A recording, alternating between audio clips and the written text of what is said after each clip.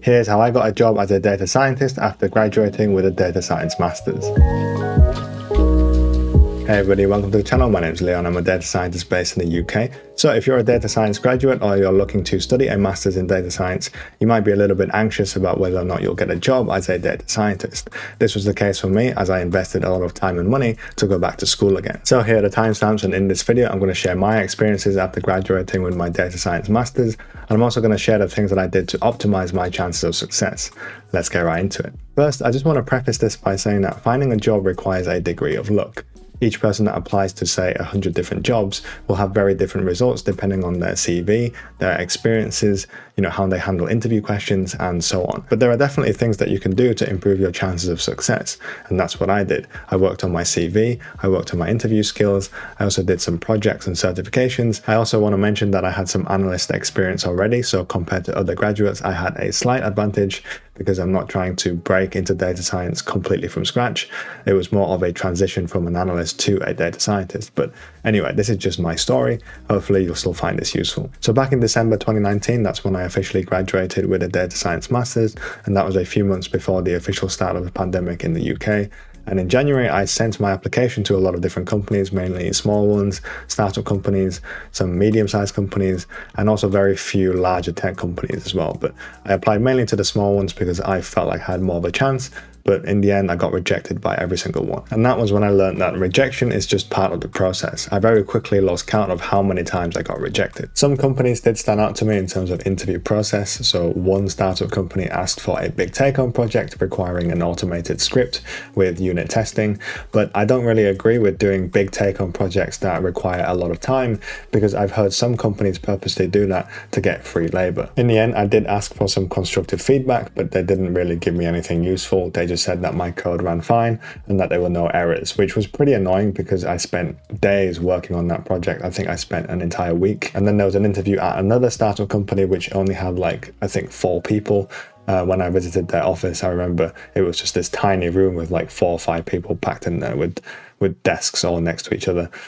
That was pretty memorable, and they said they liked me, but they didn't hire me because they had funding issues, which I think is pretty typical of any startup company. I'd say the majority of my interviews were just phone interviews because I couldn't pass that stage to go to the in-person interviews. So you can imagine during that time, I was pretty stressed out. If I couldn't pass even the initial stages of the interview process, then how long was this going to take until I finally get a job? And that's when I realized there was no standardization in data science interviews. And this made the experience pretty bad as a data science graduate, because it felt like I had to learn everything. I also applied to other roles as well as backup because I wasn't sure if I was actually going to end up working as a data scientist. I remember having to really analyze job descriptions just to see what I was missing, and I noticed that a lot of companies asked for cloud experience, so I decided to do a cloud certification just to help my CV. So I started studying for the AWS Solutions Architect exam, and I managed to get the certification in March, right before the first lockdown. So the first lockdown started at the end of March 2020, and by then I had finished my certification and I was ready to spam up my application again. But this time, because of lockdown, I wasn't sure if I was actually going to get anywhere. So instead of wasting all that time at home in lockdown without a job, I decided to do a project so that I would have something to put on my GitHub. I already knew the basics of Python, but this would force me to learn Git, and I would have a project to put on my CV. I decided to do a big computer vision project because I've always been interested in computer vision, and I wanted something that was a little bit more challenging to code. Now, you might be wondering, why didn't I do a data science project instead? Well, to be honest, I just wanted something flashy to prove that I had an understanding of machine learning and that I could code properly. I'm not sure if it was the best thing to do at the time, but it did help me land some machine learning engineer interviews, which I wouldn't have been able to if I didn't do this project. And this was when I had a bit of an identity crisis. I really enjoyed computer vision and machine learning, so I wasn't sure if I wanted to pursue data science anymore. Doing this project really made me think about what I wanted to do with my career. Lockdown then finishes in June 2020, and after finishing my project, I spent a lot of time preparing for interviews again. So during this time, I learned that the best way to prepare for interviews is just by doing more interviews. So I applied to a lot of different companies, and if you've ever used LinkedIn, the easy apply button is an absolute godsend. In parallel, I brushed up my Python skills by doing more coding challenges, and I watched a lot of YouTube videos on how to prepare for data science interviews. I'd use Notion to keep track of all my interviews so that each time I had another interview, interview, I would have some material to look back on. This was really useful later on down the line because, like I said, data science interviews are usually a mess. I'd also update my CV as I was doing these interviews, and I would tailor my CV to companies that I were particularly interested in. One of the main things that I'd do is go on Glassdoor to research the questions that I've been asked already. Now, if you're planning on doing this, make sure to check when and where the interview happened because the information might not be relevant to you anymore. I ended up interviewing for data scientist roles, machine learning engineer roles, and also computer vision engineer roles.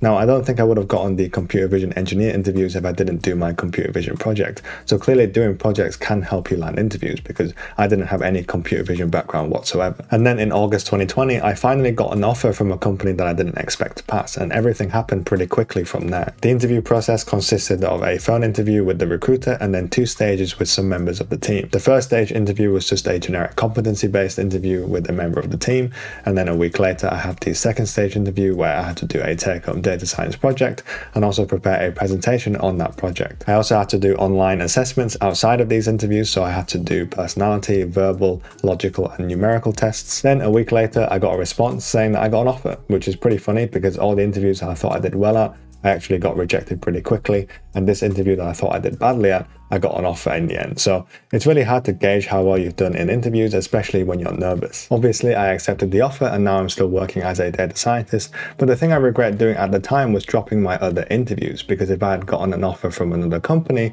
I could have used that as leverage and it would have given me more options. So if you have the chance, try not to accept the offer too quickly and finish your other interviews. I know it's really tempting to accept it and get started straight away, especially if you have no job. But at the end of the day, you want to give yourself more options so that you can make the best decision. So in summary, what have I learned during my graduate job seeker days? Well, I've learned that most data science interviews are not standardized. Companies with more established data science teams might have more consistent data science interviews, but the smaller ones are definitely more of a mixed bag. You'll also probably get rejected a lot, especially as a graduate, which is normal, so just accept it for what it is and focus on improving your CV and your interview skills. You could also try doing some certifications to spice up your CV, but to be honest, they didn't have much impact on my job search. They were just something nice to have. But I'd say doing projects definitely had an impact because it showed I wasn't wasting my time during lockdown and that I could code at least to a certain level. And an obvious but important one is to do as many interviews as possible so that you'll learn faster. Try and take notes before and after each interview so that you'll have something to look back on. And even if you think you've done bad in the interview, you might have actually done quite well.